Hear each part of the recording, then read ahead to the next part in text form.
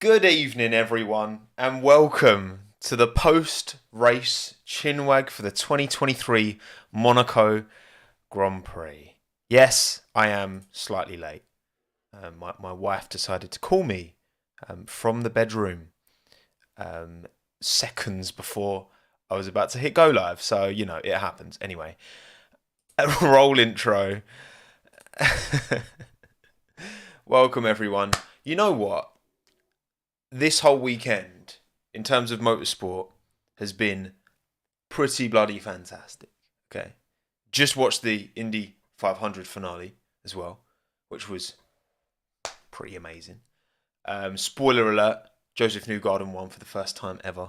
Super happy for him. Pato was in with a great shot. I know there's a lot of Pato award for McLaren fans out there as well. I was rooting for Pato, of course, but wasn't to be. For Mr. O'Ward, unfortunately for him. It happens. And Monaco delivered. I can imagine you are Halita. I can imagine you are crying Ferrari McLaren. Thank you for joining. Ram, Kieran, Carol, Min, Eddie? I've read that D as a B. Kai, Liam, fill in the blanks, Jorge, Andrew, Frankie, Nikolai, Emma, Carlos, Julian, Balint, Dr. Hydra, Ryan, Captain Caster, Charmander, Callagher, Bailey, Sam, Moon One, Emar, Jose, Professor Z, Rivethead, Bruno, Dyson, Ryan, Sebastian, Vixton, Alex, Callum, Ethan, Beyond the Lizzie, Luca, Nation, Jamie, Henry, BW, NJ, Niall, Mataza, Kyle, Dre. Thank you, everyone. Thank you, everyone who's watching live on YouTube. Thank you to everyone who's watching this after the fact on YouTube. Thank you to everyone who's listening to the only audio-only version of this on Apple Podcasts, Spotify, all of the lovely streaming platforms just for ears. That's all fine as well. It's all good. It's all good. It's good to be back. And well done, Everton, for surviving in the Premier League. Honestly, I wanted Leicester to stay up. So I wasn't actually... I was accepting of West Ham losing to Leicester. But Bournemouth can do the job, so nothing against Everton. I just got a soft spot for Leicester, It happens. And yes, we are doing this late on a Sunday night. I've got stuff to do tomorrow. I've got a busy day, so I thought I'd just get this done now. Get this done, out the door, while it's fresh in the mind, as fresh in my tired mind as it possibly can be. But there's a lot to talk about, isn't there? I'm sorry, Funk. I'm sorry, but I'm happy for you. Well done. Right. Whoa. Where do you think Lando would have finished if Leclerc didn't impede him in qualifying? Well, who knows? These things happen, didn't they? It wasn't a great day for Ferrari. It wasn't a great day for McLaren either, relative to the fact that Alpine scored so many points. Anyway, as much as both McLaren's got in the points, both Alpine's got a lot more points on the table. But we'll get into it. We will talk all about it. Right, let's start, people, with a race rating. Actually, you know what? I'm going to do slightly differently. I want to start with rates qualifying out of 10. Was it a 10 out of 10? Was it a 9 out of 10? Was it an 8 out of 10? Or was it I am stupid out of 10? Because there's no way it's less than an 8 out of 10. Okay? There's no way it's anything less than an 8 out of 10. So if you want to take the L and put I am stupid out of 10, you're welcome. No, because I haven't spoken about qualifying. We haven't spoken since qualifying. And I was half tempted to do some kind of... Well, I couldn't because I wasn't here. If I was at home, I would have been half tempted to do a post-qualifying stream. Because, oh my goodness, man. Qualifying was so good. Monaco at its finest. Track ramping up played a big role because you got some mad names at the top. In brief moments, Alex Albon was briefly P1. In his second run, you had Joe briefly at the top.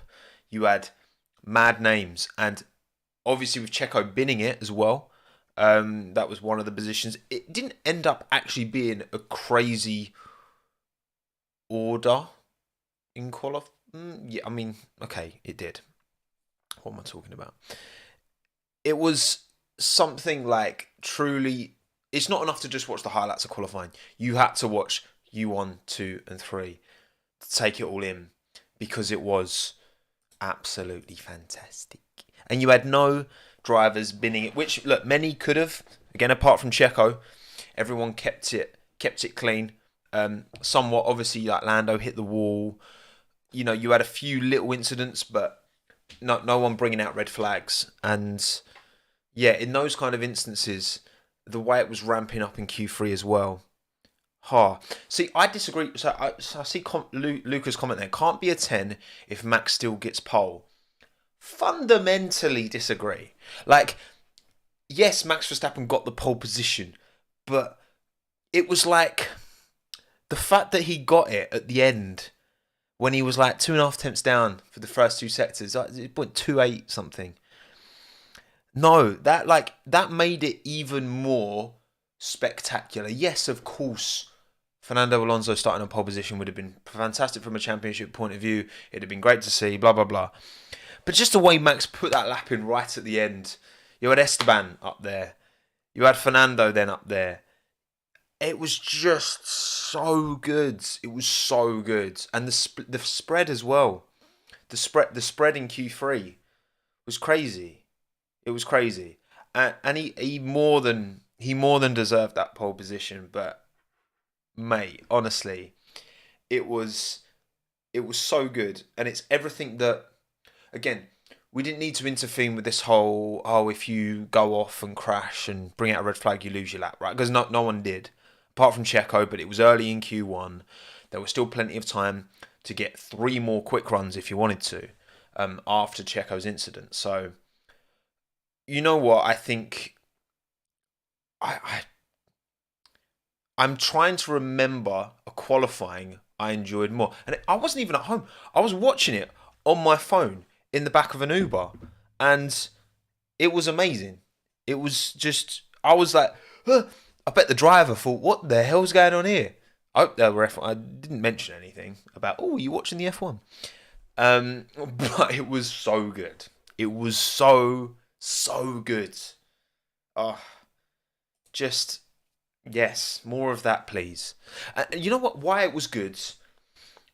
Monaco obviously brought this out where, yes, obviously having a car advantage pays dividends, but more than any other track on the calendar, if you're confident in the package you have, so even we saw the Williams have dog pace, like terrible pace, all right, awful pace in the race, but Alex, even though he had his shunt in practice, he was confident enough that he could get into Q2, do an alright job. You had both the AlphaTauris in, Yuki Q3 in an AlphaTauri.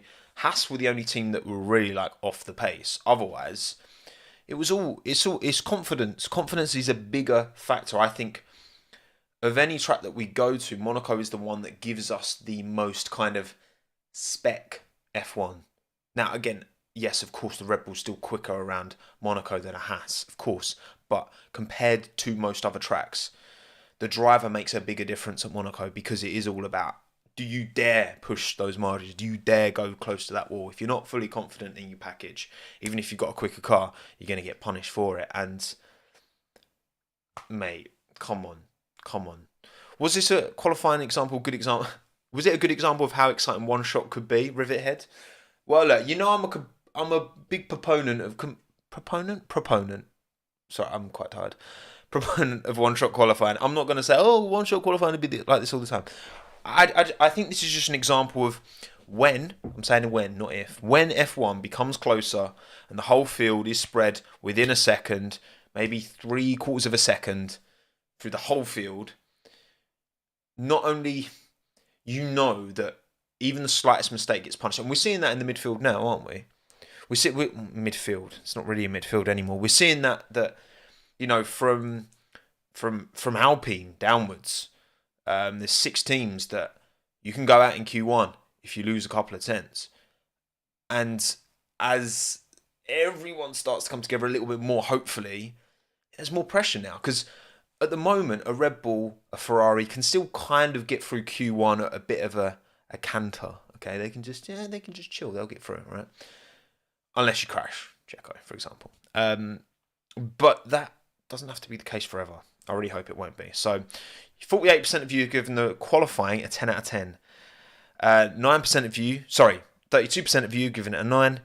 13% of you giving it an 8. And 7% of you have given it an I am stupid out of 10. So 7% of 874. I don't want to try and work that out. It's what, 60 of you? Something like that are stupid. That's fine. I cater to all, whether you're stupid or not. So no no judging. I promise. Okay, so that's qualifying. New poll time, please. Race rating out of 10. Now, before I post this poll, I want you to... It's not as much as I'm like, oh, I like Monaco. Monaco should say. I think we have to rate this race based off of it not being Monaco, just off of a race. Okay, what did the race give us? You can't add points because it was good by Monaco standards. That's all I'm saying. So what you thinking out of 10? I'm gonna get a rough idea of what numbers are popping up in the live chat. 7s, 8. Okay, I'm gonna say 9 or more. I'm gonna give a 8, a 7, a 6 or less. I think that's where I'm gonna. Yeah, okay. That's where I'm gonna do the poll.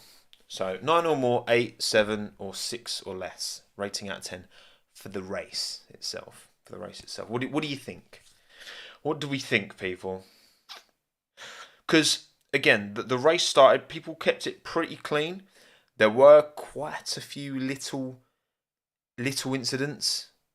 Little bits of front wing, little touches, little scraps. Stroll kind of drove into a gap that didn't exist, which was a bit odd. And then you had the pit stops were interesting. You had a bit of madness there. Things changing up, teams getting it right, teams getting it wrong. And then obviously the rain came, which was always going to put a spanner in the works. So often we've seen races talk about, oh, there's rain in 20 laps. There's a 57% chance of rain. Never comes. But it did this time. And it did certainly, even though the finishing order didn't change massively compared to what it was before the rain, it was super exciting. And that's the thing, right? I can handle Max Verstappen. It's not about Max Verstappen winning races. It's not about Lewis Hamilton when he was winning races all the time and Vettel. It's not about that same driver winning the races all the time necessarily. Was it an exciting journey to get to that? And this is what I mean about qualifying. Yes, Max still got pole position. But it was so exciting, the journey to get to that pole position. There's a spider on the table. I'll try and pick it up. Oh, it's a jumpy spider. It's only little, so I don't mind little spiders. I'm not too scared of them.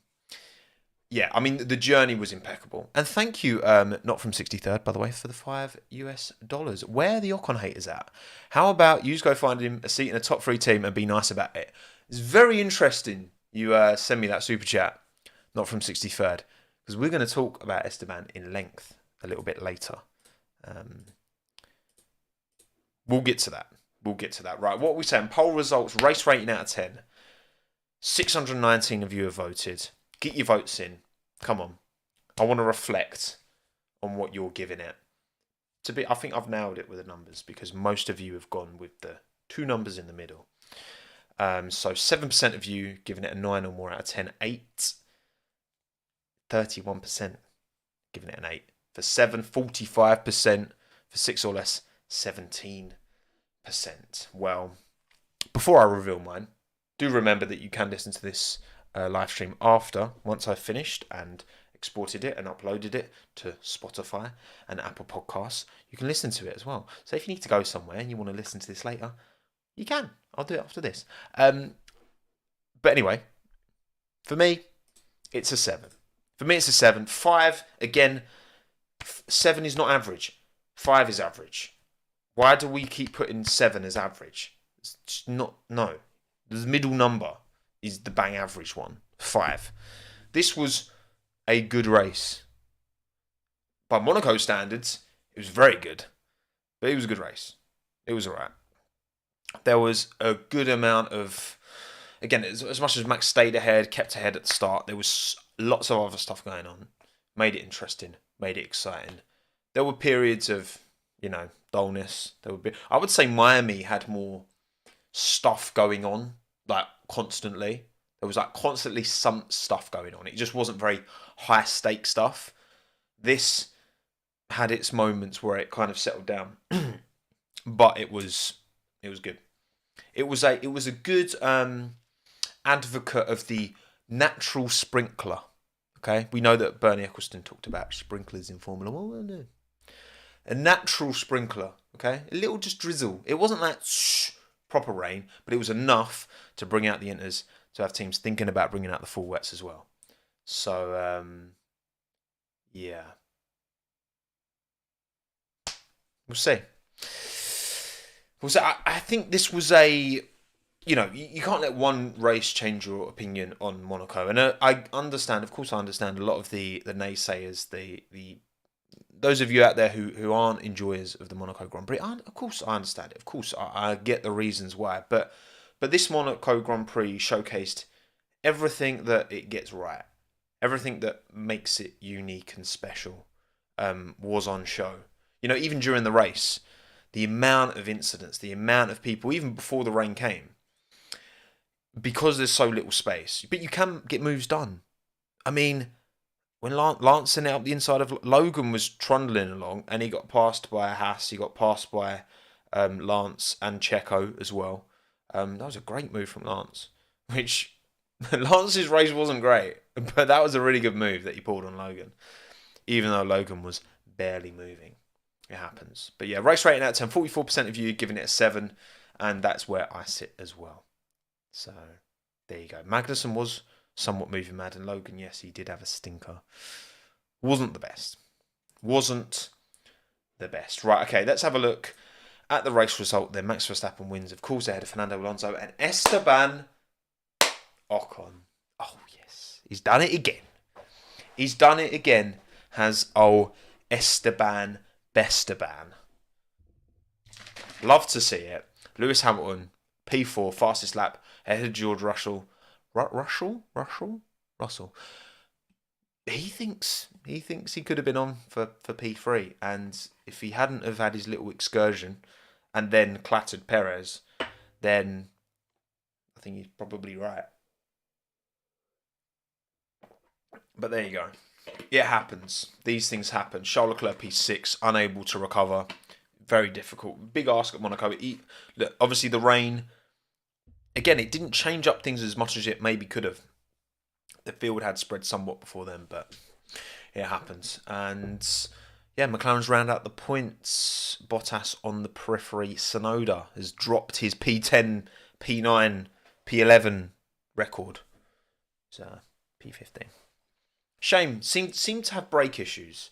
He was complaining about the brake issues way before Lando passed him, and then he just fell off the face of the earth, and he went long, didn't he, as well? So it happens. Yeah, and obviously Russell got his penalty for an unsafe rejoin as well, but that's round 7. Monaco complete. When does that leave us? Also, what I'm going to do from next week, as well as the driver standings here, I also want to make another graphic with average finishing position, because I think that is... I haven't worked it out. Basically, I want to do it because it will make Tsunoda look better. I'll be honest. Because I'm really interested to see where everyone else's average finishing position is relative to Tsunoda. Because I think Tsunoda... Obviously, this P15 hasn't helped. But still, I would like from next week, I'm going to average finishing position. Alonso would be higher than Checo. Maybe. I don't know. Maybe he would, Hamza. I'm not sure. I'll have to... I'm going to give that a go. I would have done that today, but I didn't have time. And again, I'm quite tired. So we'll save that for another day. I think Max will be pretty high. Do you think? Yeah, I think he'd be pretty high on that as well. Big move, obviously, from Ocon up to P9 in the standings. Ferrari's still not looking good. Hamilton, though. Hamilton, 69 points. Nice. Fernando Alonso now only 12 points behind Checo. But yeah, Max, this really, from a championship point of view, again, if we were thinking Checo could maybe, take the fight to Max, this was a big opportunity. Street track as well. And you got to think that it was always going to be a long shot for Checo, but this was quite the bottle. Quite the bottle from Checo Perez. A shame. Truly a shame. Right, okay, next let's have a look at the Constructor standings. Red Bull are going to win it. Aston Martin are very close to Mercedes. Alpine have extended their gap to McLaren. Not much more to say than that. Okay. Worldies and stinkers, people. Worldies and stinkers. Who had a banger? Who had a clanger? Oh, bangers and clangers. Well, that because it rhymes, bangers and clangers. That kind of like that. I'm gonna do a poll, which I don't really want to change it again. Is better, which is better. Right, worldies and stinkers, or bangers and clangers. Oh, see, bangers and clangers. I do like that. I do like it.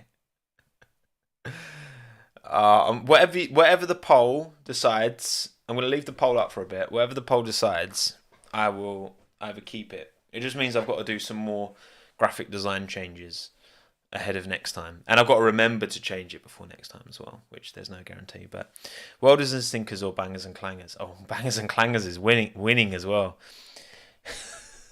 Pulled out an early lead. Yeah, constructor standings, whatever. Let's talk welders and stinkers. Maybe for the last time. According to this poll, it's looking like it might be the last time. For me, and there were many, many potential candidates for the top and the bottom. Okay, for worldies and stinkers, there were many candidates. But for me, recency bias, I've gone with Esteban Ocon, Checo Perez, Alpine, and Haas. Worldy stinker. Do I need to explain much?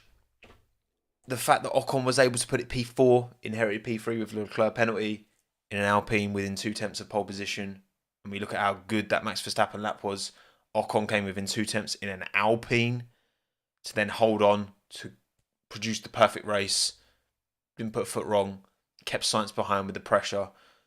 He's under pressure that whole race to not let an opportunity slide. Nailed it. Checo, obviously, damage was done Saturday.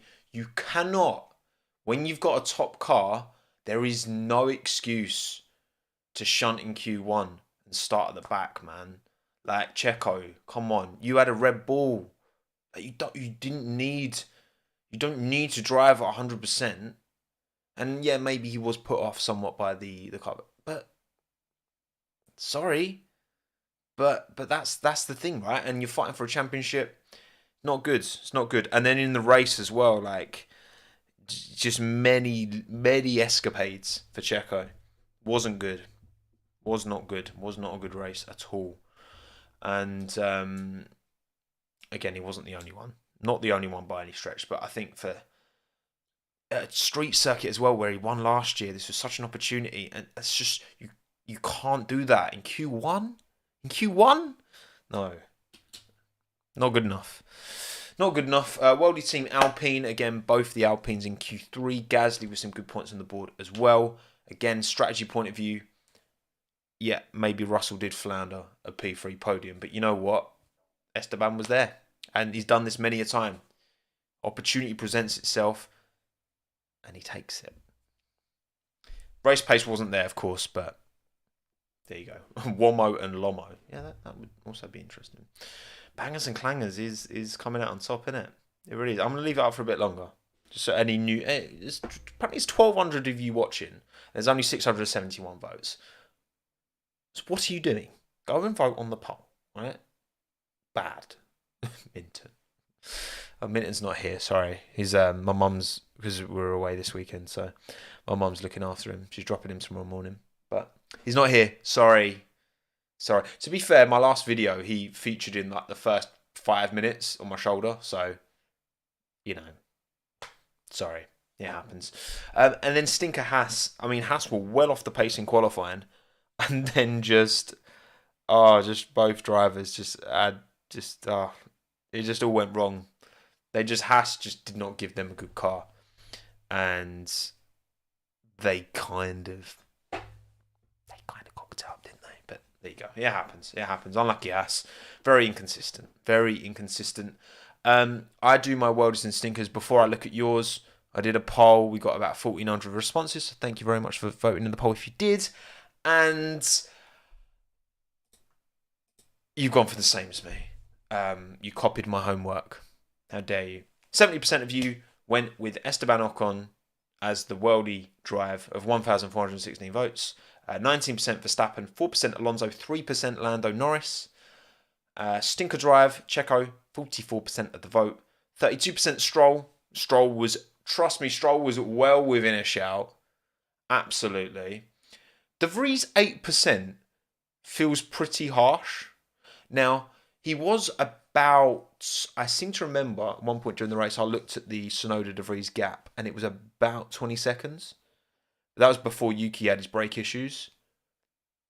So, from that point of view, if you're finishing 20 seconds behind your teammate, that's a stinker. But I don't remember seeing a single replay of De Vries, which is a good thing, by the way, because a lot of replays were being shown of drivers hitting walls and blah, blah, blah. I don't remember seeing...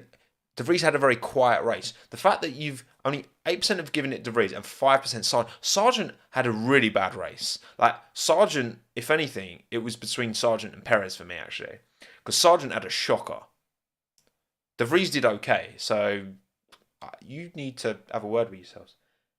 Worldy team, 58%. Alpine, 26%. Mercedes, yeah, P4, P5 in the end. Mercedes did given the new side pods, different car. Lewis felt very happy. He was very happy, smiley, bubbly in himself this weekend, which is nice to see. But ultimately, the car just didn't quite have the pace, but still.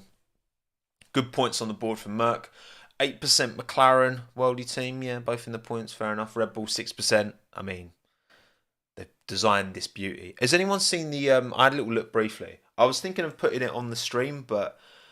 you can't really see enough detail for me to actually add. I can't add anything. I can't look at the Red Bull floor from when Checo crashed and then the crane picked it up really high so you could see the underfloor. That's not in my locker, okay? To look at that floor and analyse it and give you any kind of useful, helpful information. I apologise. There's much better creators out there who will be able to give you everything you need to know about the underfloor of the Red Bull RB19, but I'm not that guy. So I'm just going to, just talk random opinions. That's what I do. That's my analysis. Yes, ergo, whoosh. Yeah, Jonathan, that's about it, mate. That's pretty much how I'm approaching it. And then Stinker Team, 53% Haas, 25% Ferrari. Carlos was not a happy boy. Again, where I was doing the last lap, I've got earpiece in, I can hear the race, but I'm also chatting. I do miss a bit of the context of why drivers are happy and angry and upset and whatever.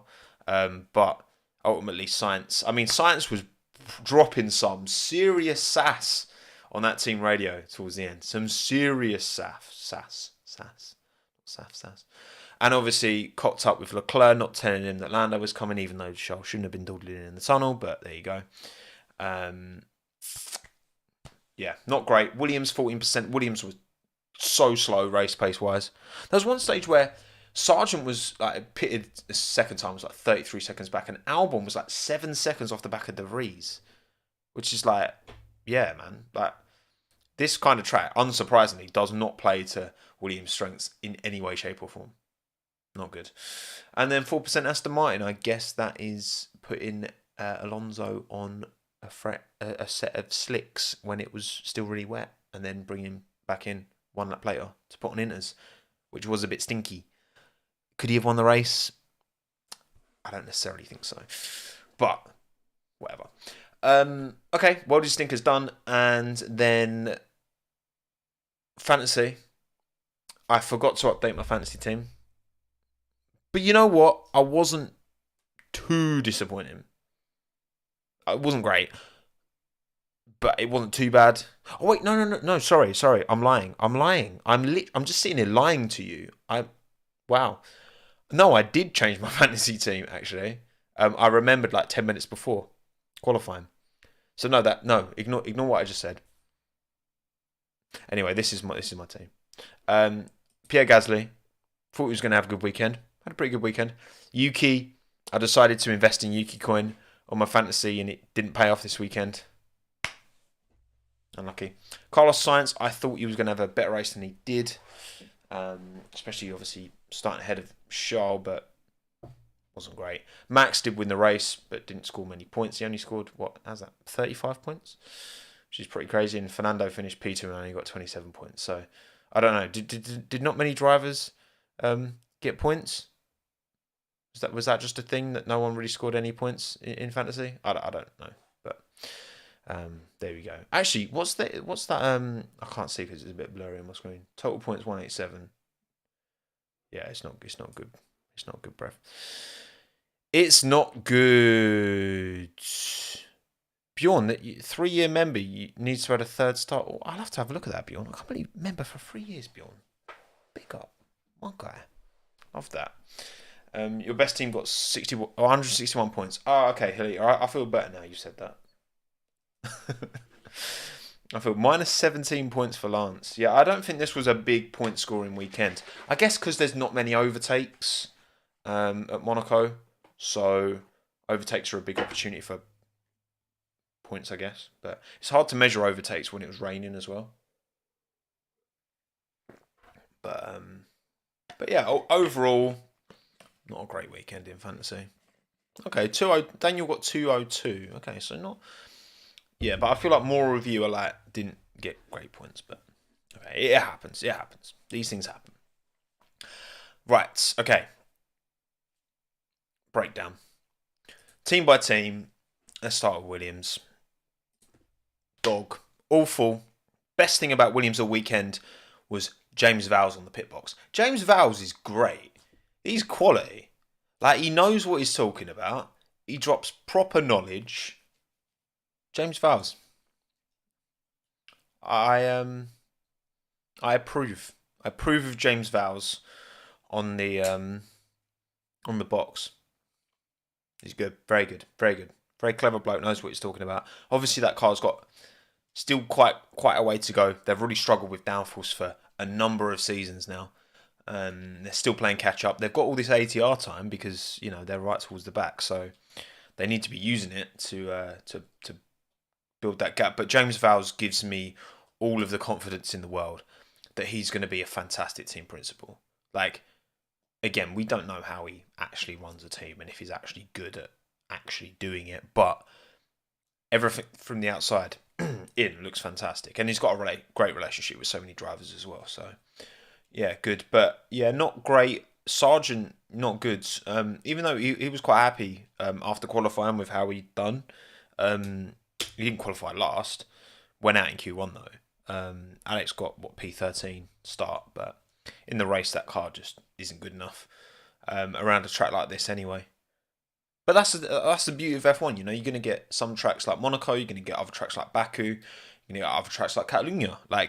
Catalunya and Monaco couldn't be more different, really, in terms of the demands on the car.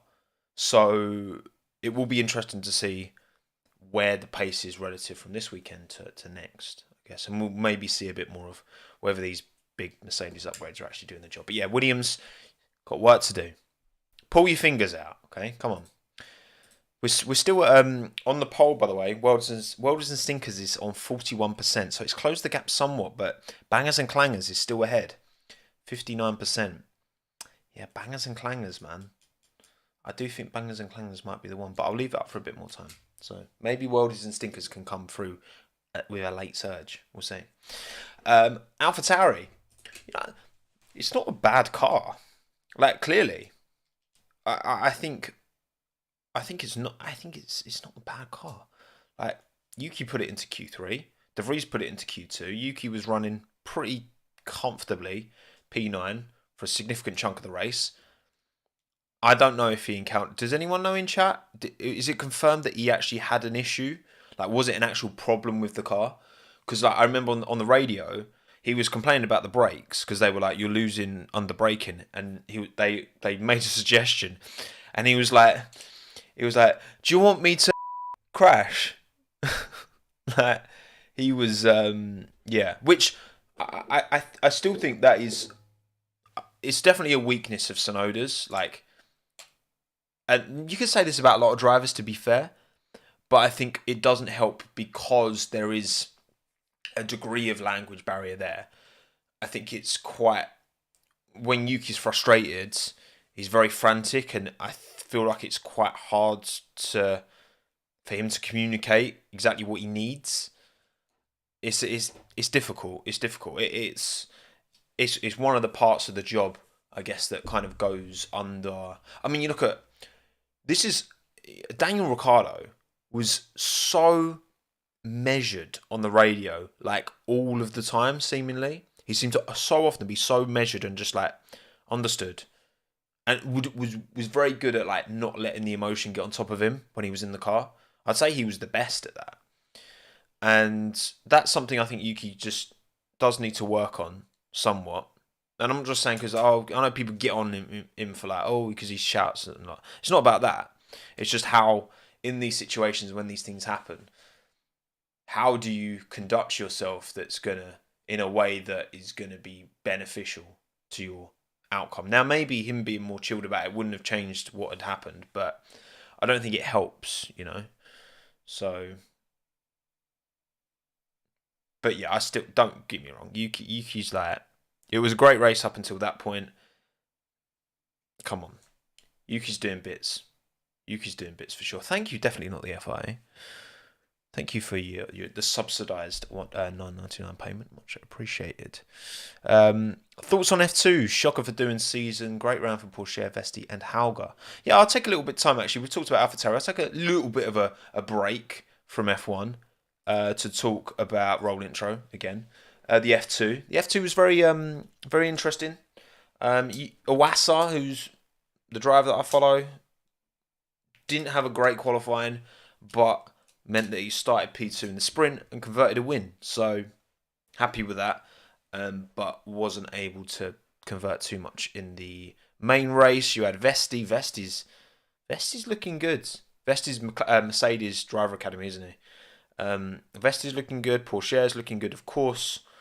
Yeah, I mean, it was a good race, but like that Marta incident.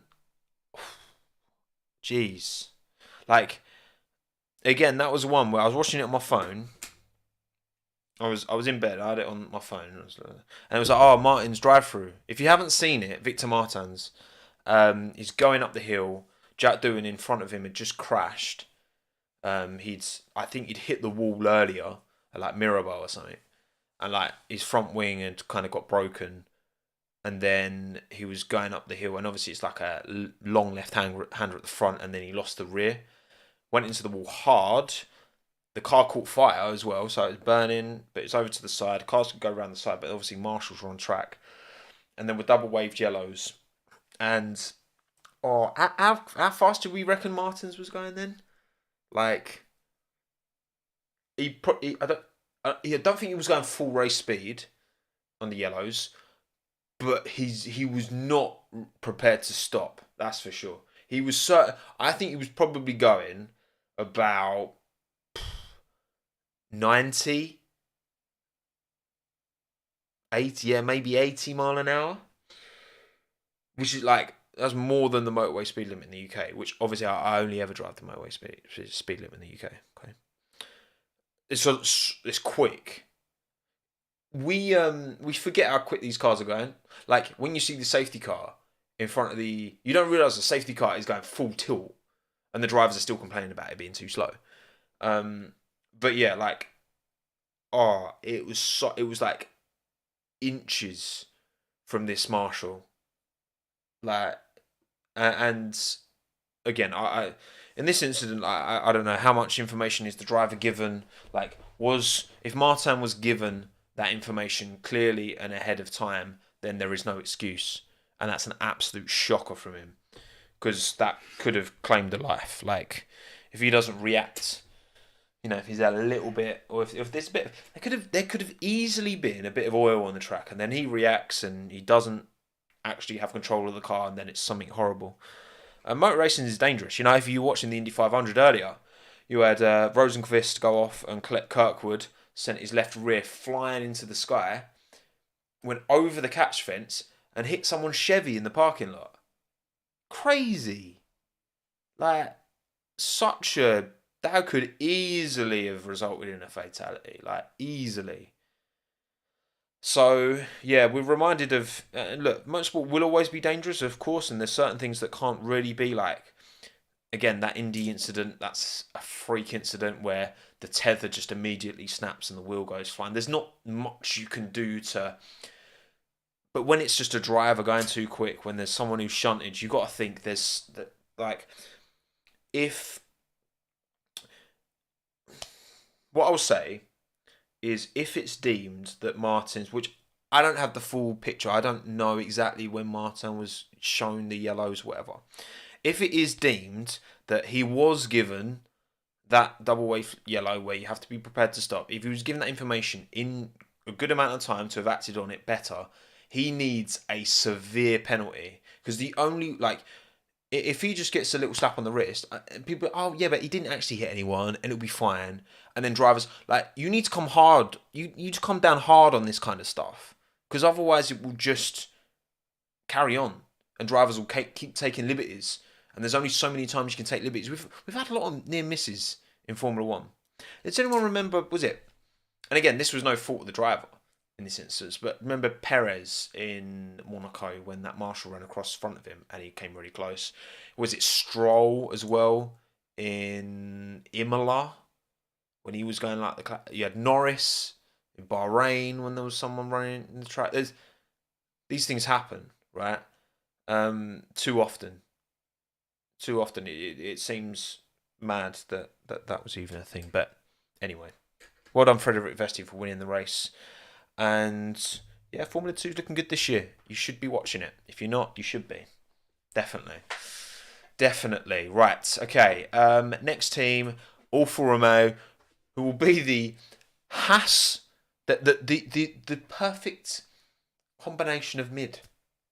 Well, it sounds like Alfa Romeo are going to go and title sponsor Haas from next year onwards. They're not going to be with Sauber anymore because Audi are coming in, but they're going to move over to Haas, apparently, seemingly. We'll see. Was it Alfa Romas? Alfa Romeo, Valtteri P11, Joe P13. Once again, another weekend of Alfa Romeo not giving me much. I don't have much to say. We didn't really see Valtteri or Joe all race, which, again, credit to them. We didn't see any highlights, just like I said with the Vries, which means they kept it clean.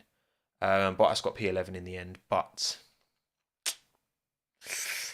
outside of that, Joe's been kind of anonymous. You're not wrong, Carol. I think Valtteri's definitely had the measure over Joe in the last couple of races. I do think they're close, but you're right. I think Valtteri has had the edge. I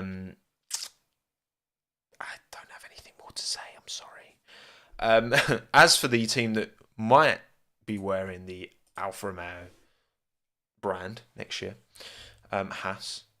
Colour palettes are kind of same. Red, white, black. Kind of works. Bangers and crikeys. Bangers and crikeys. That's a good one for Ocean. I like that. Haas stinky weekend. They left Magnussen. Why did they leave Magnussen on his hard tyres for so long? What were they doing? Bruv, it was like dancing on ice out there. Everyone else had pitted for Inters about not 9 laps.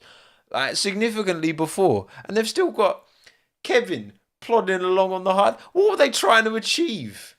What was the point? And it was just, if anything, it was just causing problems. Because when he actually went to come in, he almost like stacked it at the penultimate corner, which then could have caused a safety car. Like, what? I don't get it. Don't get it. Terrible. Bad weekend, Haas. Bad Haas. Not good. They'll probably be really good in Austria. They're always really good in Austria. But not in Monaco. Wasn't good. Haas's only strategy, gamble every time. Look at them leaving their cars to have one running quali at the end of Q1. Yeah, Max. Yeah, maybe. I mean, I don't think they've got a bad car. I don't think they need to do that. Like, I think if they just get it all together, they can be consistent Q2. You know, it's just, it is so competitive, I suppose. So maybe you are, when it's that competitive, you are kind of inclined to, okay, I do need to push that a little bit harder. Maybe. Right, okay. McLaren. So, what did we... You obviously had Piastri was only beaten by Lando in Q2 by like less than a tenth, so it was tight. Lando was looking much quicker all practice, but then Piastri closed it right up in qualifying, which is great.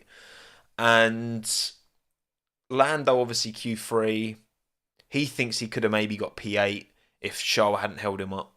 Which to me, that's like, I mean, I've seen some immaculate, incredible mental gymnastics from Charles Leclerc ultras online this weekend, trying to somehow defend Charles from not getting, like, are you no. It's just like, it's such a clear slam dunk penalty. My God. Like, not only is there an unwritten rule that you don't dawdle in the tunnel, which Charles was doing. If you've seen his onboard, he's not even, like, he's just looking at the wheel, and then he realises Lando's there, and he suddenly, like, jinks the wheel to the left. And it's too late by that point. Not only do you not do that, but also, yeah, it was communicated to him super late, like, seemingly from that same clip. I retweeted it. Javier's engineer was like telling him about Verstappen before he was even telling him about Norris coming. So the driver and the team both were at fault. You know, if one of those, so if Charles doesn't dawdle in the pit lane, he's probably not getting a penalty. If the team tell him earlier, then he won't dawdle in the pit lane, he's probably not getting a penalty. But both of those things happened. He did ruin Lando's lap. And 100%, like, at least a 3-place penalty. For me, I was like, you know what? If they'd have given him a 5, because it was both team and driver both cocking up, then 3, fine. Yes, Monaco, whatever. But man, that's just like, come on. That was just foolish. Silliness. Absolute silliness from... I mean, the thing is, like, that's just Ferrari, isn't it? But we've not even talked about Ferrari yet. I'm getting ahead of myself here. But yeah, McLaren, good, decent. To be honest, so you see in the Worldies and Stinkers that a few of you gave Lando drive of the day, drive of the weekend, and obviously got to Q3. Could have got more, not that much more, but more. But I saw quite a few shouts for Lando having a really good race. And to be honest, from what I saw, I wasn't...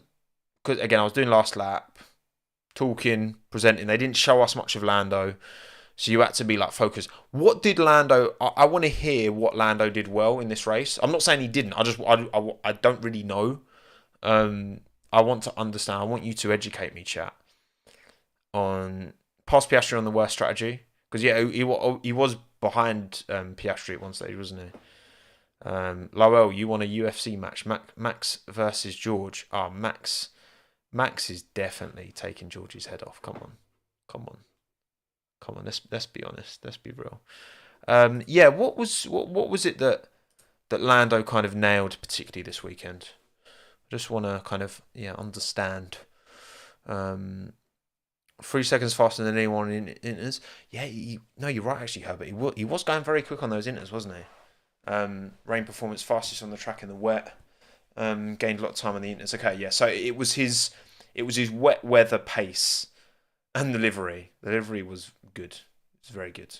I very much enjoyed the livery, and it looked great on the Rosenqvist's McLaren as well. He had the old Marlboro, like the orange Marlboro. He had. It was great. By far the fastest in wet. By far, yeah. Now Lando's got a. He's good in the wet, isn't he? He's very good in the wet. And the mechanics did a great job. That's true. That's true. Yeah. Oh, you know what? Credit where credit's due. I think Lando's a bit of a wet weather god. So he's doing bits. He's doing bits. Absolutely. Right. I've got a few super chats to catch up on here. HSW plays. Thank you for the. Oh, I think you've done double. You've done a double HSW. Thank you for the 110 and 44 rupees. Thoughts on Kushmini? Kushmini, yes.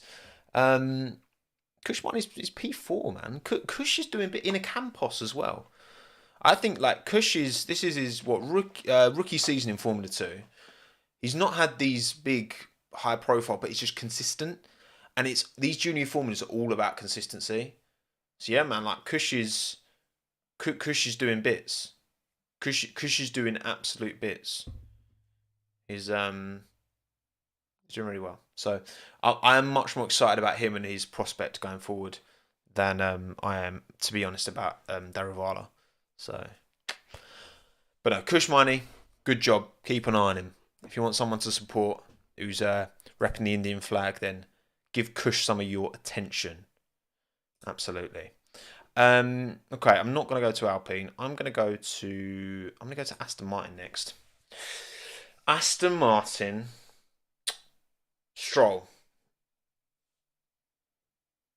It's not good, is it? When you go out in Q2 with no real obvious issue. He said he struggled with tyre warm up a bit. And your teammate puts it P2 was on for pole. It's not good, is it? But the thing is, and I've said this many a time, if you want to win a driver's title and there's more than one team competing for it, you definitely want a number 1 and 2 driver. Aston Martin clearly have that. Now, of course, yes, if one driver is far ahead of the other, then you're not going to get those kind of like opportunities to support. When you've got like 2 Red Bulls and 1 Aston Martin. Like, the Red Bulls can play around with strategy a bit. They can use those pieces. Whereas if Stroll's nowhere, then you can't do that. That is certainly a big downside of having a driver that just isn't quite at that level. However, it is clear that, Alonso's the number 1 driver. He's by far and away clear of Stroll.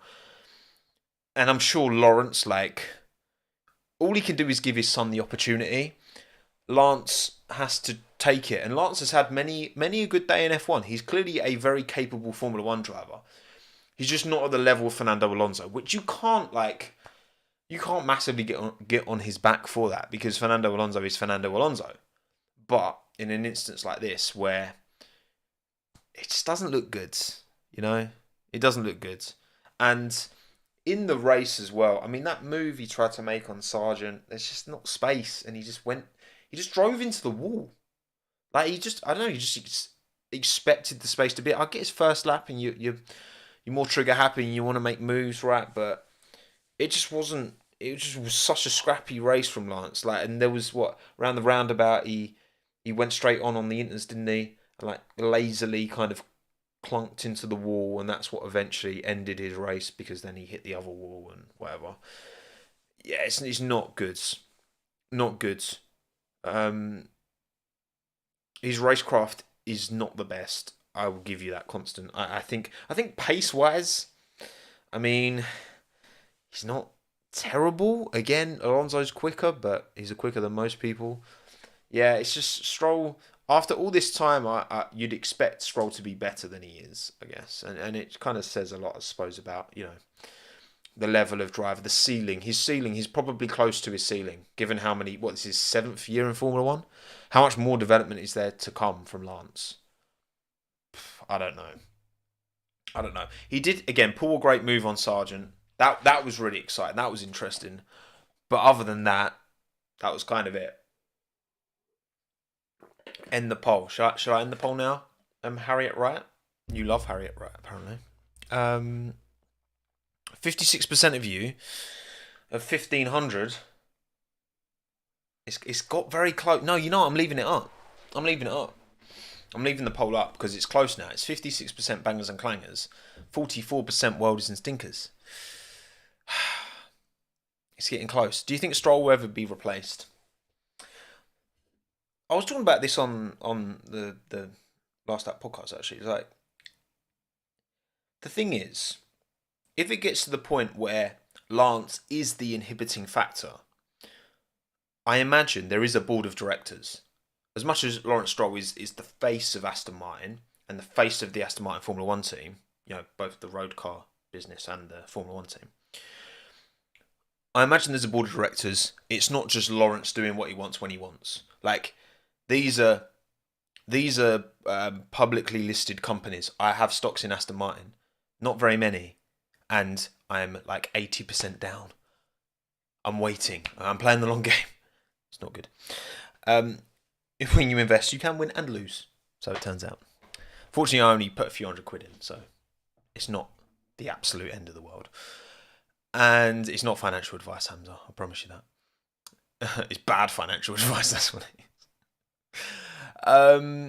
So, Tommo, I'm financially biased. Yes, I am. Absolutely. And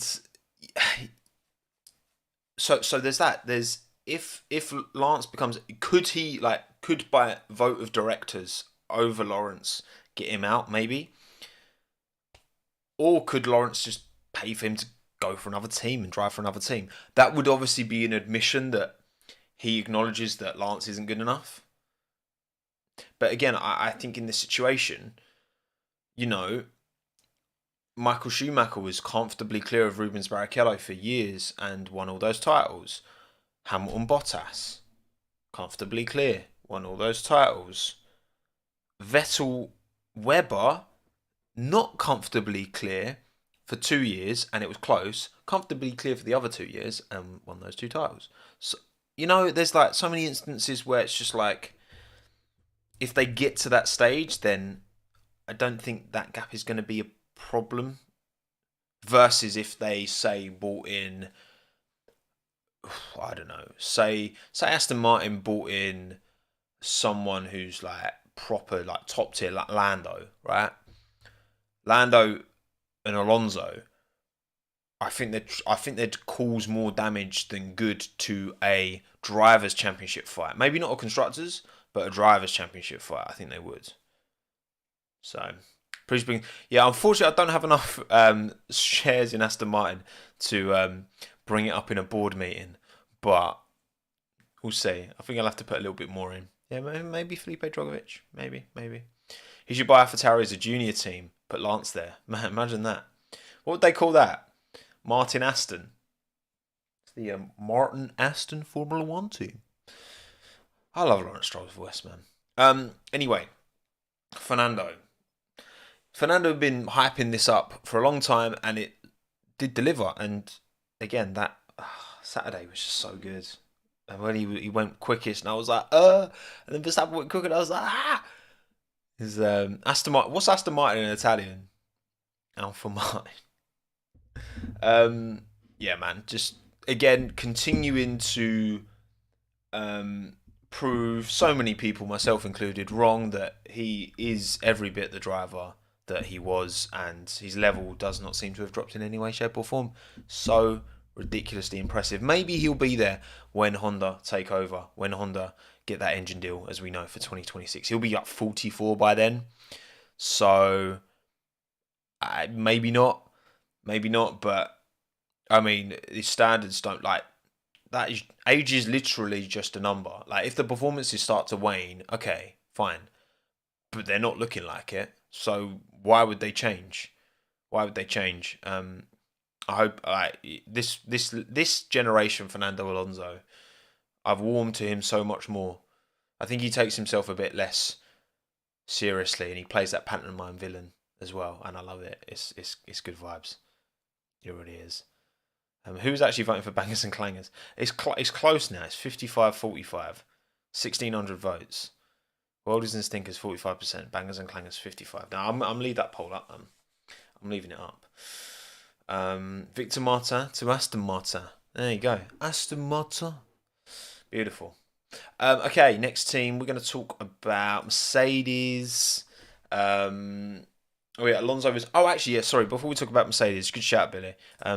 Cheers for the £2, mate. Alonso was let down by bad strategy call today. If they hadn't pit for the slicks, it's about a 20-second pit stop loss, isn't it, around Monaco? And he was 27 behind in the end, I think. I can't actually remember. I don't think that would have won Alonso the race. What it would have done is put Alonso much closer to Max, and therefore more pressure would have been exerted on Max. So that could have maybe... Was it a 20-second gap? Was it? Oh, so it's lower than I thought it was. Alonso was 18 at the time of his second pit stop. Okay. Would have been close. Winners and binners. That's actually quite good.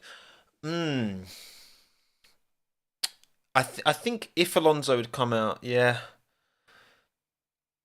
it's the wrong call. Maybe, I don't know.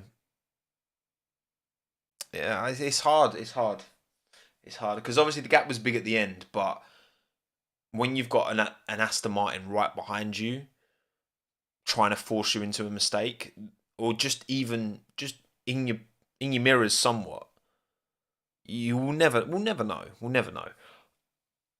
It was the wrong call, but I had room to gamble. Yeah, it's one of them that you can argue it's in the benefit of hindsight, it was the wrong decision, but what was there to lose, seemingly, even though maybe they lost an opportunity at P1.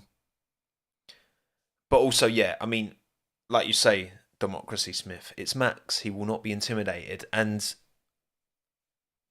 yeah, I mean, if any driver's going to hold on to it, it's Max, even though, he was struggling on those mediums towards the end of the stint, didn't he? He almost crashed just before the tunnel when he was still on the mediums. And Max was pushing as well. He got closer. He scraped walls a couple of times, didn't he? So he was pushing. This is one thing, like, it's always going to be, and we'll never get this because teams won't let this information out, but it's really difficult to have the full context of the gaps, like the gaps between drivers, because we just don't know, is this driver pushing 100% or is this driver conserving or whatever.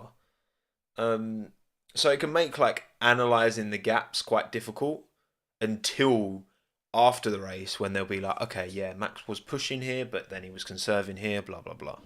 So, I mean, yeah, and Max did an insane job on keeping those mediums going for as long as he did.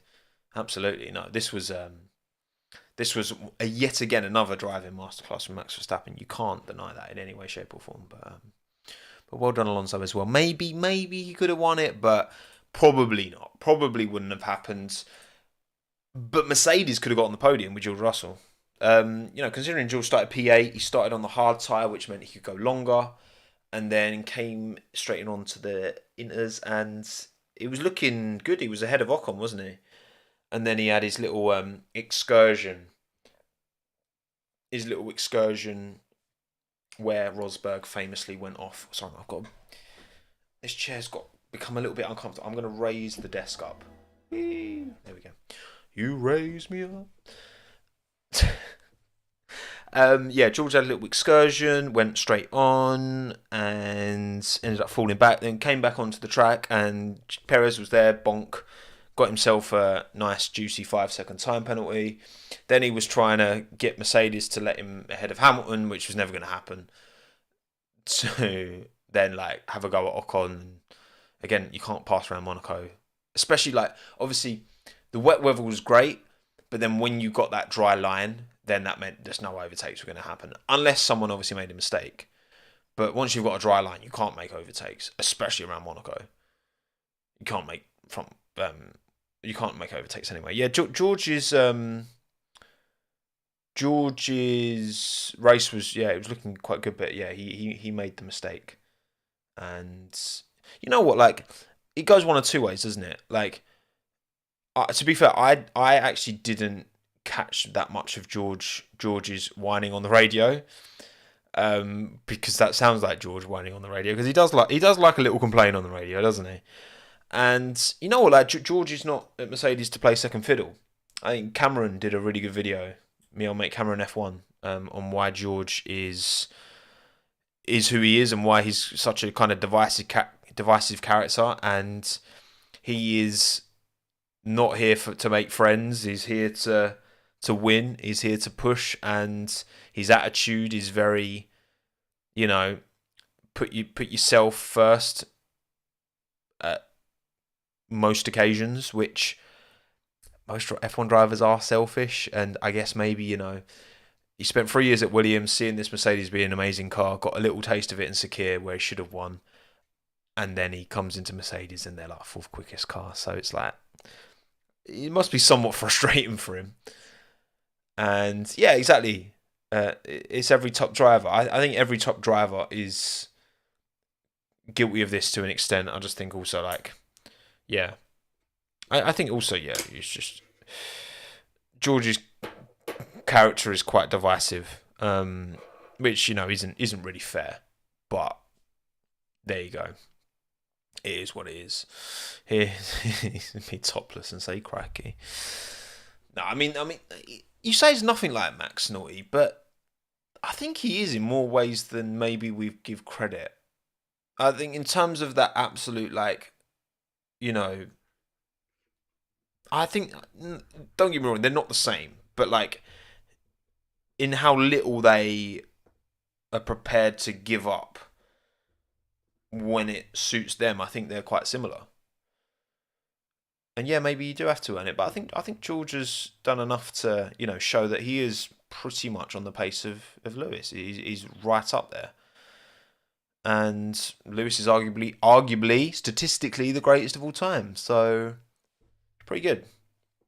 Pretty good. It's similar, but just different approaches to the same problem, I guess. But yeah, look, all in all, obviously these Mercedes upgrades were never going to have a massive impact on Monaco performance. It's again more about driver confidence and feel, which it felt like they were both okay. They just, they both complained actually after qualifying, both Lewis and George, about feeling like they had to overdrive the car to get that performance out of it and really take bigger risks than they would typically, to just get still with like half a second off the pace, right?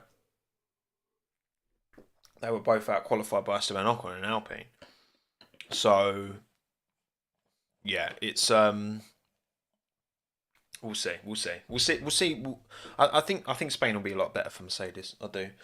I'm quite confident on Mercedes' behalf for Spain. We'll see. We will see. Right, okay. Ferrari.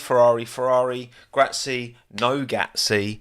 Not great, was it, from Ferrari?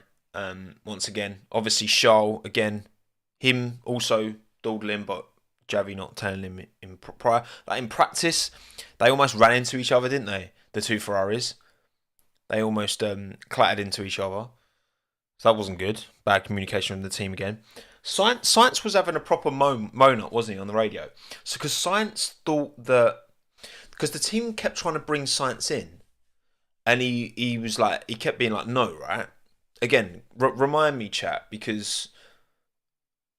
Yeah, he was so flustered on the radio. Like, he was really bothered. Like, really wound up. And then when they eventually brought him in, he came out behind Ocon. And then he was like, "Argh." He went off on one, didn't he? And then he had a bit of a stinker, like that move he tried to make on Ocon, like where he was just going so quick, and he was very lucky to not wipe out Esteban, and got a black and white flag for that as well. If that had ended Ocon's race, which it quite easily could have, yeah, and then it just kind of unravelled from there, didn't it? Really, kind of unravelled. Yeah, that was first as well. Yeah, it was. Yeah, science was not. I don't care about. Yeah, the team were like, oh yeah, but we were doing it to cover Hamilton. He was like, I don't care about Hamilton. Yeah, it was. Oh yeah, it's true. There was no safety car this race, Hamza. That's a good shout. Yeah, yeah. Science was just getting proper sassy on the radio at the end, wasn't he? Proper sass. Not happy. And look, I mean, Science has made his own calls on judgment many a time before and been in the right. So tension with the team after rumours this weekend, maybe. No, I think there's no smoke without fire. I think the drivers read these articles, they hear these stories, they hear about what is the team doing to support me, and maybe that leads you to get in your own head a bit. Maybe I don't know. It's hard to say, but all in all, a bit of a Ferrari weekend, and Charles Leclerc once again. The Monaco curse continues. The Monaco curse continues. Actually, yeah, because I completely forgot. If we go back to overlays and we look at our previous predictions, so our pre-race prediction, for the Monaco Grand Prix. Well, mine was Charles Leclerc race win, Gasly worldy drive. Meh, not bad. It wasn't worldy, but it was good. Russell stinker. It could have been really good, but he made that big mistake. So it wasn't a stinker, but it wasn't. Yeah, whatever. Worldy team Ferrari, absolutely not. Stinker team Mercedes, absolutely not. So I had a stinker on these predictions. These are stinker predictions.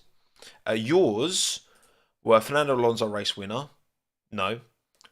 Fernando Alonso worldy drive. Yeah, he did well. De Vries stinker. No. Aston Martin worldy team. No.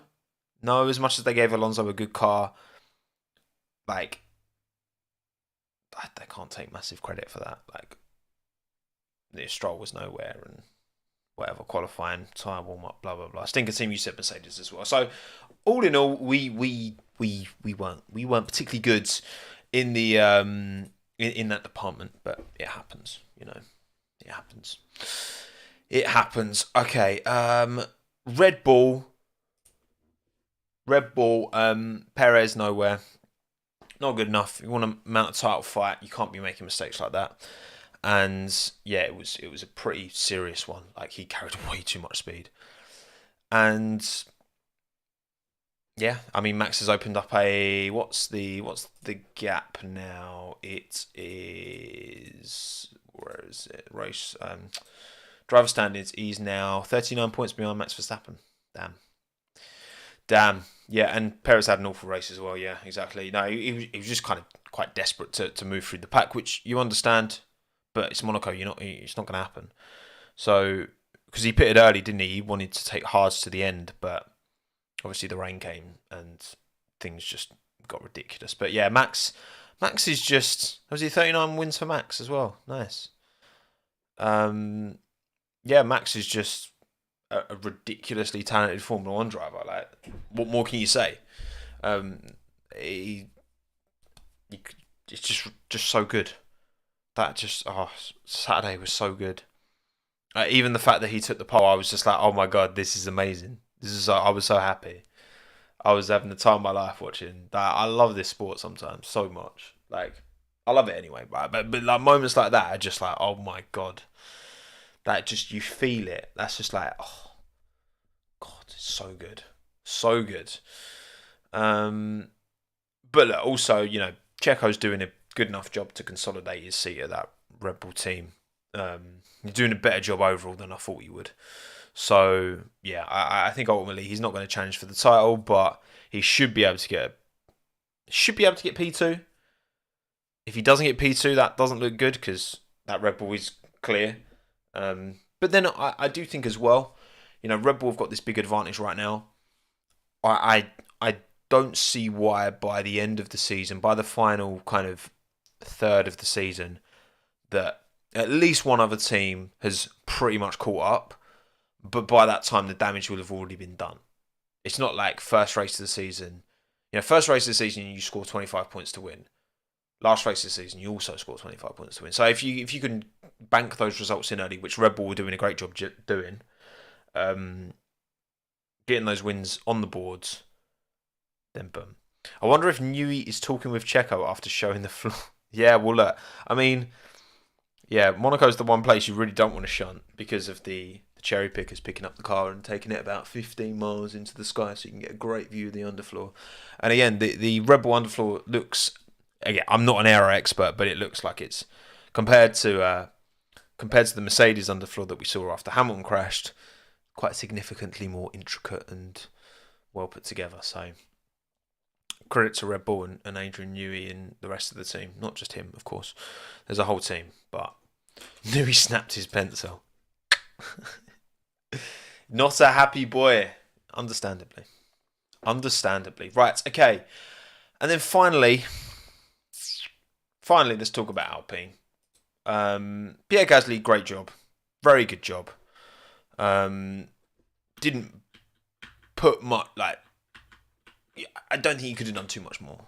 Given where he was, he finished between the Ferraris. Race pace wasn't great as we saw from Ocon because that gap from between him and Alonso opened up massively pretty quick.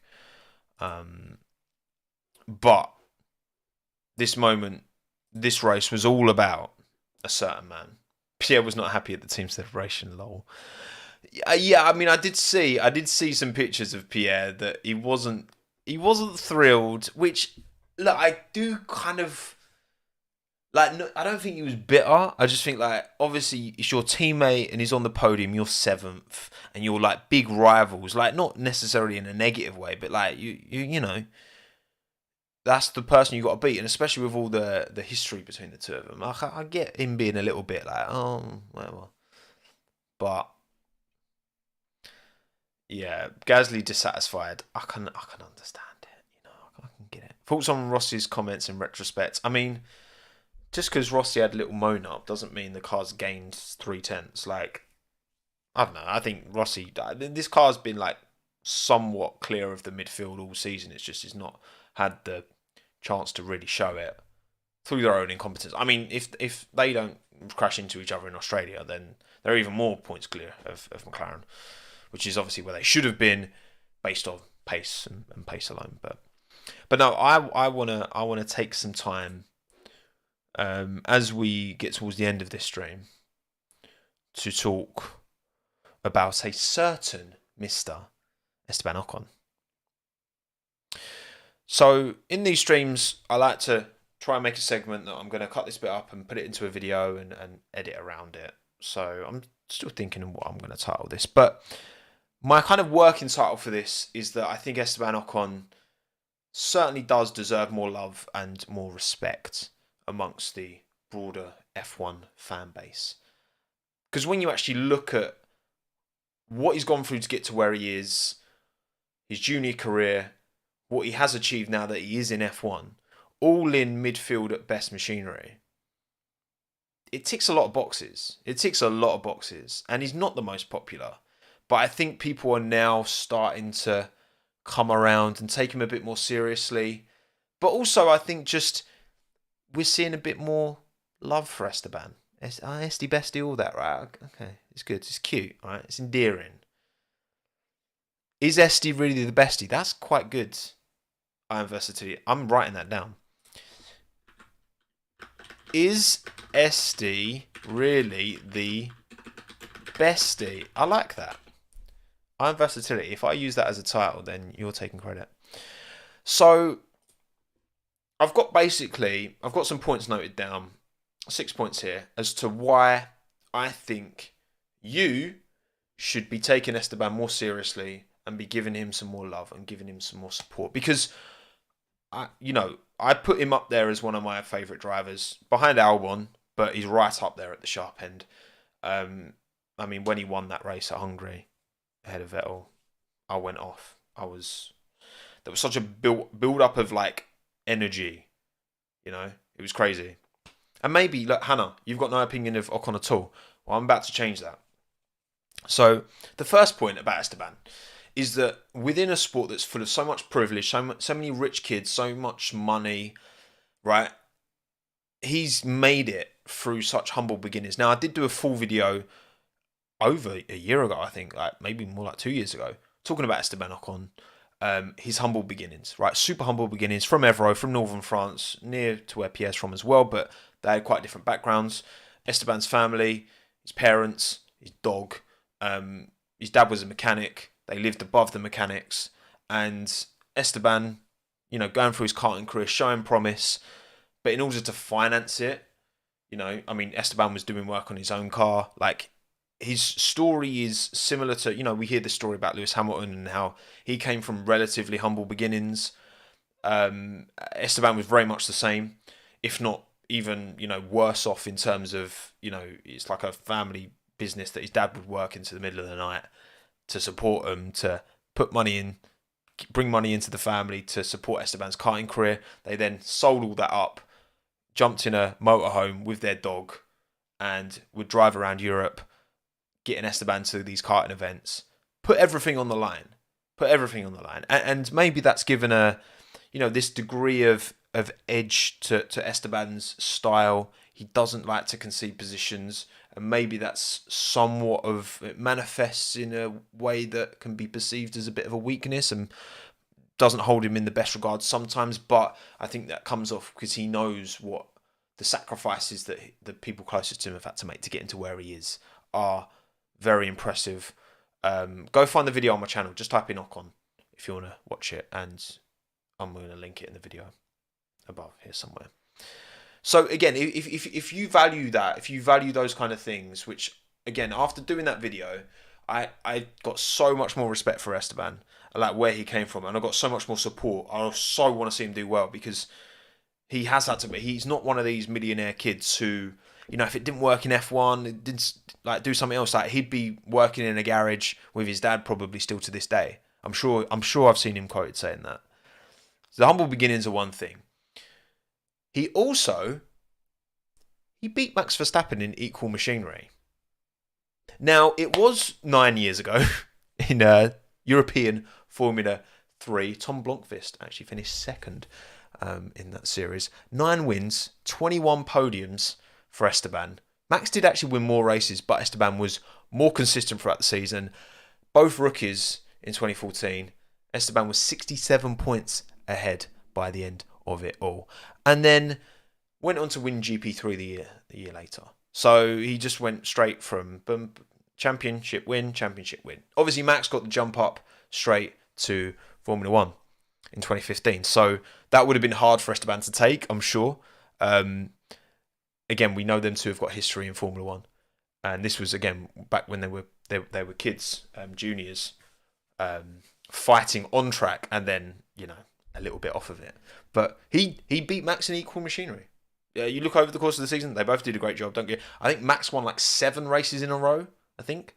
But Max had more inconsistency, he had more retirements. Again, a young Max Verstappen was liable to a crash. I think Max was the quicker driver, but Esteban was more consistent, more able to put it together more often, and less crash happy in those early days. And again, beat Verstappen in equal machinery. Credit for that. Point 3. The quality of Esteban's teammates, has been, considering how long he's been in the sport. So 2017 was his first full season. So 17, 18, didn't race in 19, 20, 21, 22. So this is his 6th season in Formula 1. So one fewer than Lance Stroll. They started at the same time, but okay, 6.5, because he had 9 races with Manor, right, in 2016. But the quality of his teammates, incredible. First full season in 2017, Force India, alongside Checo Perez, right? Checo, well established at this point, been at McLaren, been at Force India for years, well established, sat into that team. Ocon was only outscored by 13 points, 100 points to 87 by the end of the year, right? 13-7 to Perez in qualifying, head to head. And that average gap was less than a tenth. 13-7 in your rookie full season. Esteban Ocon against I don't know, Perez isn't known for his qualifying pace, but he's no slouch, is he? Come on now. He's not dawdling around, is he? Let's be honest, right? Good. All right, good first season, okay? Ricciardo, his teammate in 2020, was probably the most... Ricciardo probably did the biggest job on Esteban of all of his teammates. Very much put him in his place, massively outscored him at the start of 2020 anyway. Towards the end of the year, I would say that Esteban had mostly caught up, though. I think Esteban kind of struggled with that Renault. Again, he'd just come into that team. Ricciardo had been there the year prior. Obviously, Hülkenberg's teammate in 2019. Ocon came in and replaced Hülkenberg. It took him a while to get on top of that car, but he did eventually. Obviously, he's still with that team to this day. So, there's that. And then Fernando Alonso, obviously. Like, when you talk about top-tier teammates, and Fernando Alonso's 2 seasons together. And, 2021, it was 11-11 in qualifying. And Alonso outscored Ocon marginally. I'd say 2021, there was, hardly anything between them. Honestly. There was very little between it in 2021. 22, Alonso was the better driver, for sure. But even the qualifying delta in 2022, in terms of equivalent sessions, comparable sessions, it was 7-6 to Fernando. So you can't sit here and tell me that... I mean, you look at the job that Fernando's doing on Stroll at the moment, and yes, I know Stroll's not a great driver, but he's still a good, competent Formula 1 driver.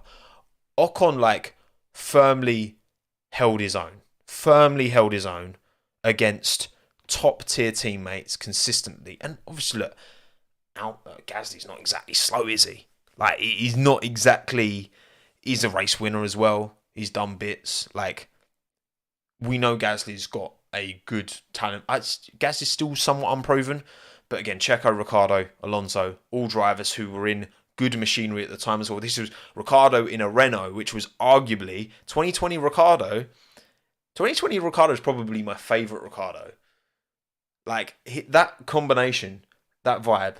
And yes, he did beat Ocon. But again, Ocon held his own, I think, by the end of the year. That was the biggest demolition job that was done on him by any teammate, for sure. But again, you look at the levels that Alonso's setting right now. We're seeing it today. He's doing bits right now. He's up there. He's proving, he's showing that he's every bit as talented as he think he ever has been. And Ocon was close. He was. Look at the stats, right? Yeah, in the races in 22, Alonso was clear and deserved 60 NFs to Esteban's 2 or something, whatever it was. But it's Fernando Alonso, just to be close. And qualifying pace to pretty much be the same. Come on now. Come on. The way that Esteban is related, when he's able to do that and be so consistently close to these other top... He's not considered anywhere near in these conversations. And I feel like maybe we should be. Because you got to remember as well, point 4, he went through a tumultuous time. He's not had it easy. It's not been spoon-fed to him. He lost his seat in 2019 unfairly. He shouldn't have lost his seat. Of course he shouldn't have. But when the Stroll money comes in and Lance needs a seat, then he was the fall guy. And he didn't let that get the better of him. Obviously, he was still affiliated with Mercedes, so he was, reserve driver at Mercedes with Toto. Toto helped get him the move back into Alpine, but also he put himself front and centre. He put himself in them conversations, and he didn't let that time outside of a seat define his career. Because there's been many a driver who's lost a seat and never returned. And it's not straightforward. It's not easy. Some drivers have to work for it harder than others, and it was never a guarantee for Ocon to come back. Especially, obviously, he tripped over Perez a few times. Maybe that somewhat might have put off potential suitors, but it didn't let him. Obviously, the French connection helps. Don't get me wrong, but gets back into Alpine. Didn't let that brief moment of potential, that could have easily derailed his career, but it didn't. So that to me shows a driver who's determined and is going to go the extra mile and didn't allow that, again, to define what would have been an unfortunate end to what was looking like a really promising career. And look, point number 5, Ocon's always been in midfield machinery, yet when he gets opportunities, he converts them. There's one thing getting opportunities. I always think, You remember when Antonio Giovinazzi, random race, it was like Monza 21, I think, and he put like P7 in qualifying, Q3 in a Sauber Alfa Romeo, amazing, and then just immediately has an incident with science and he's out of the race. Like, when Ocon has had these opportunities, he has delivered, right? So, P2 in Sakir, 2020. The long forgotten P2 in Sakir. No one remembers that Ocon finished P2 in Sakir because George was going to win that race. He had the issues with the car, he had the puncture. Perez came through from the back. There were two huge stories there. The fact that Ocon got second in that race, just no one remembers that. Understandably, I get it, right? But he got that opportunity and he took it. He seized it with both hands, right? And this was, again, at the tail end of a season that wasn't going particularly well. Ricciardo had done a big job on him, but by the end of the year, he'd settled in, delivered the result. Fantastic. Then, of course, wins Hungary 2021. Vettel, 4-time world champion. Vettel's been there, done that, got the T-shirt. He knows what he's doing. Pressure, lap after lap after lap. Yes, of course, massive bit of, benefit. Everyone else getting bowling balled by Bottas and Stroll, right? But the opportunity was there. You need those opportunities to present themselves when you're in a midfield car in order to get these wins, to get these podiums. And he did. And he took it. And he took the opportunity. Didn't let Vettel get past. Didn't make a mistake. Obviously, team deserve credit as well for giving him a good pit stop. You've got someone who knows like that was nothing to Vettel relatively to Ocon because Vettel's done it. He's done it all before. Yes, obviously at Aston Martin he hadn't done it, but he's been there. He knows what he's doing. And Ocon held on and kept him off. Like, so impressive given the calibre of driver who's putting pressure on. Almost 2021, a P3 in Saudi Arabia. Oh, I remember Bottas drag race down the line. Mate, so close. So I remember Valtteri's little hand going, look, good for you, Valtteri, well done. But you're in a Mercedes. And Ocon was in an Alpine. That was a mad race. 2021, Saudi Arabia, but Ocon so close to a podium. Yes, obviously I'm talking about in this section. Yeah, he didn't get the podium. You could argue he didn't take the opportunity, but to hold off Valtteri for as long as he did, then come on. Come on. That was so good. So impressive from Ocon. He was gutted, obviously. It was a tough one, but now we come to this weekend in Monaco.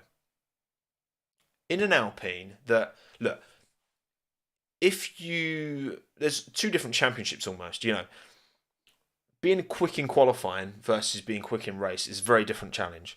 So the Red Bull doesn't have the advantage it does in races in qualifying, clearly, right? We've seen Leclerc take multiple pole positions. We've seen other drivers come very, very close. And Max Verstappen is Max Verstappen. So I think, you can say that the Max Factor, that's a makeup brand, isn't it?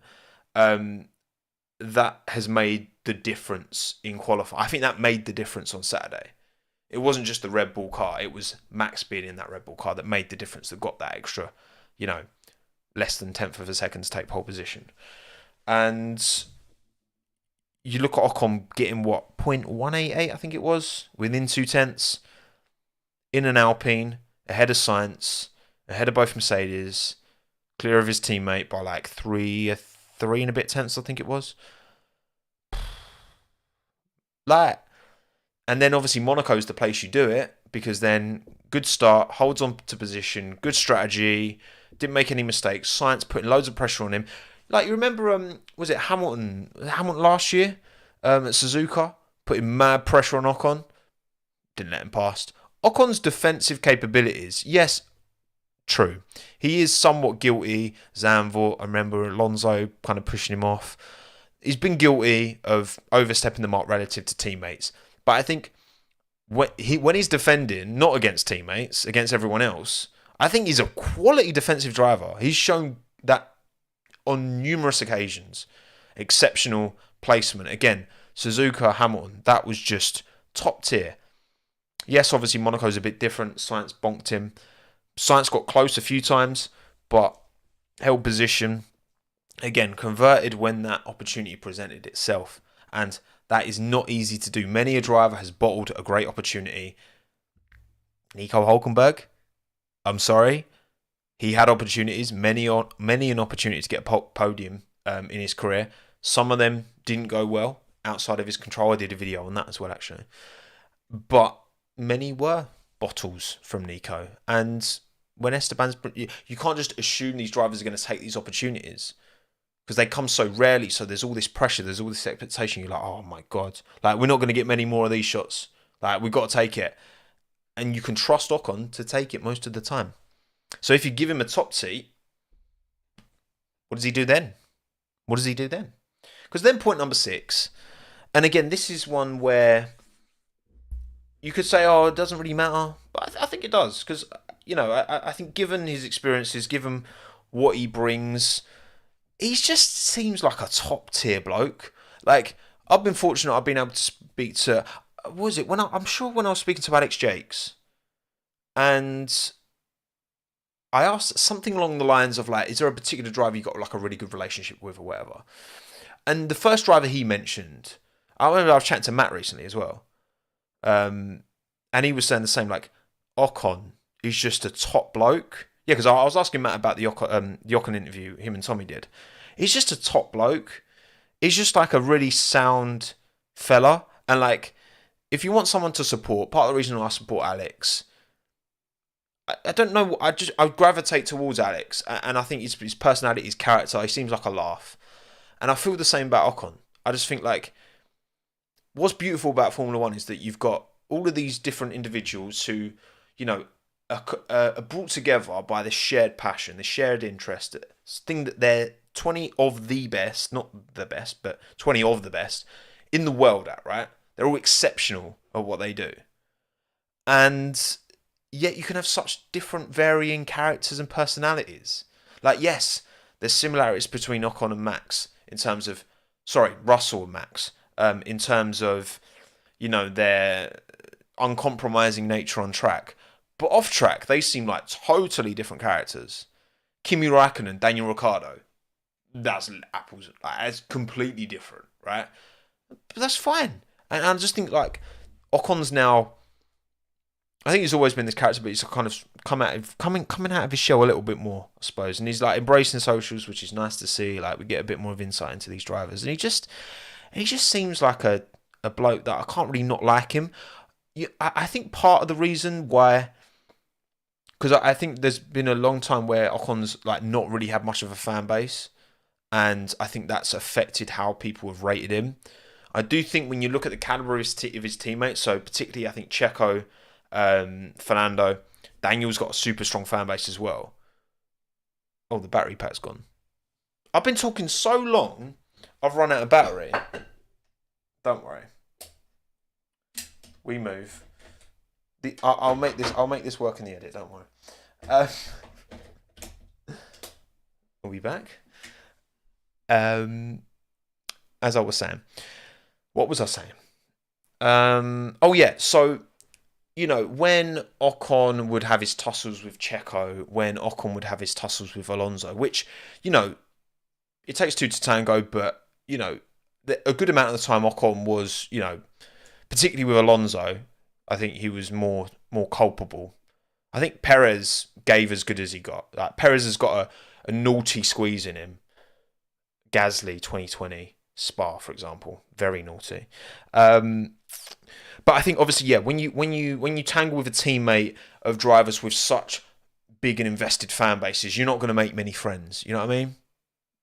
And I think that's kind of maybe carried on, and that's given him a reputation as, it's given him a reputation as a bad teammate. And maybe that is somewhat fair. Maybe it is somewhat fair that he's seen in that way. But the caliber of drive that he can bring and has brought so often, and the consistency he's put up against such quality teammates, we have to start putting a bit more Ocon into these conversations of, drivers that are going to potentially, if you give him a car, could he fight for a world title? I think if he had the car, I think he'd be in the fight. I do. You look at Leclerc and Russell and Norris, and you think, yeah, they've done bits. And I think if Ocon, his character was a bit more likeable from the start and he didn't have these tussles with teammates, I think he would be considered more highly. And I think it's time that we start, for all of the reasons that I've suggested, that we give a bit more love and a bit more respect and get a bit more support behind Esteban Ocon, because he deserves it. I think he very much deserves it. I'm not saying he's Leclerc level. I'm saying if you gave him the car to fight for a world championship, I think he would be in the fight. I do. 100%. I really do. I mean, he was in the same car as Fernando, and he would outqualify Fernando as much as Fernando would outqualify him. Yes, Fernando had the edge in the race. Yes, if I said between Ocon and Alonso in the same car fighting for a championship, I would think, yes, Alonso would be more likely to win that championship. But Ocon wouldn't, he wouldn't beat Ocon every time. Ocon would have plenty of dubs over Fernando. Fernando would win more often, for sure. But no. Humble Beginnings prop lost me. Why? Do you not believe in Humble Beginnings pyramid? Do you believe in drivers born of privilege and wealth? I mean, he'd be much closer than Lance, absolutely. You'd want a naughty squeeze from Ocon, would you now, PP? Would you? It's a bit saucy. But yeah, so, listen. That's my case. I think I put my case forward quite well. We'll see. I'll make it into a video and see if the world agrees. Right, we're going back. We're going to wrap this up. Which is better? The winner, after 2,207 votes, keeps going up, with 55% of the vote, bangers and clangers, wins. Don't let me forget. Before the Spanish Grand Prix pre-race live stream to update, bangers and clangers. I mean, obviously, I do Worldies and Stinkers after the race, because you don't know what's happened before the race, obviously. But yeah, I'm rebranding again. It used to be winners and losers. Then it was Worldies and Stinkers. Now it's bangers and clangers. But bangers and clangers wins. So I don't know if I can continue watching with bangers and clangers. Look, Hamza, I'm sorry. I believe in democracy, okay? Even though democracy sometimes gets things wrong. Was it 55-45 Brexit? What was the Brexit vote split? What was it? Oh, 52-48. Oh my, I can't believe how close that was. That's mad. Okay, it wasn't quite Brexit, but it was close. 55-45. I still remember where I was when I found out Brexit was happening. That's quite sad. Hunters and Shunters. That's good, David. That's good. No, bangers and clangers. I like it, because I say a clanger and I say banger. They're two words in my lexicon. Okay, two Tommo endorsed words. So that makes sense. Okay, cool. Right, we are going to wrap it there. Hour 43. But this was fun. I enjoyed this stream, and I feel a bit more energized actually. My nice green drink has helped. I've got a lot more energy now than I did when I started the stream. I think you know what, because usually when I'm recording videos, I'm stopping all the time, I'm cutting loads. But actually, I was pretty seamless there. I was happy. 24-hour stream when done. I would like to do another one of them. To be fair, I would. I would definitely. But yeah, thank you all for joining. Thank you all for tuning in. If you're watching this if you're watching this after the fact, I want you to put a special word in the comments. You all did it last time with Lipton, but it's not Lipton this time. The word is club card. I've got my ruined, dodgy Tesco club card that doesn't really scan much anymore. Club card, one word. Club card in the comments, please, if you're watching this after the fact and got to the end. And if you're listening audio only and you can write club card somewhere, do it, I guess. Live chat, go for it. Club card, beautiful. Not sponsored by Tesco. Maybe one day. I am a bit of a Tesco ultra. I don't like other supermarkets. I'm a Tesco boy. It kind of sits in the middle. It's not It's not too expensive and fancy, but it gives. To be fair, it's because my parents would always shop at Tesco when I was a kid, just because it was like closest. That's actually the reason why. Can I get a club card to see more Minton? Imagine that was a club card discount. More access to Minton. Right, thank you. Benjamin, Freya, Joseph, Yellow World, Daywood, Lomtong, Diogo, Maria, Charmander, Robert, Alex, Eva, Frank, Isabel, HSW, Flying Spy, Louis, Bennett, Alston, Dominic, I Love Harriet Wright, Stefan, Gardiner, Herbert Fully, Cena, Lewis, Halita, David, Hamza, Cena, Carlos, Kirsten, Nick, David, DeWood, Max. See you in a bit. Exactly, Max. See you in a bit. Appreciate you all taking the time. Stay hydrated. Be happy, be well. And I will see you later this week, where I'm going to basically upload the video you just listened to with some nice edits. And then pre-race stream on the Thursday for the Spanish Grand Prix. Also, I've got a stag do this weekend in Newcastle. So I'm going to have to juggle. How do I consume Formula One whilst also on what is probably going to be quite a dangerous stag do for me, for my liver. But there we go. I'll get through. Cheers, everyone. Be good. Bye-bye.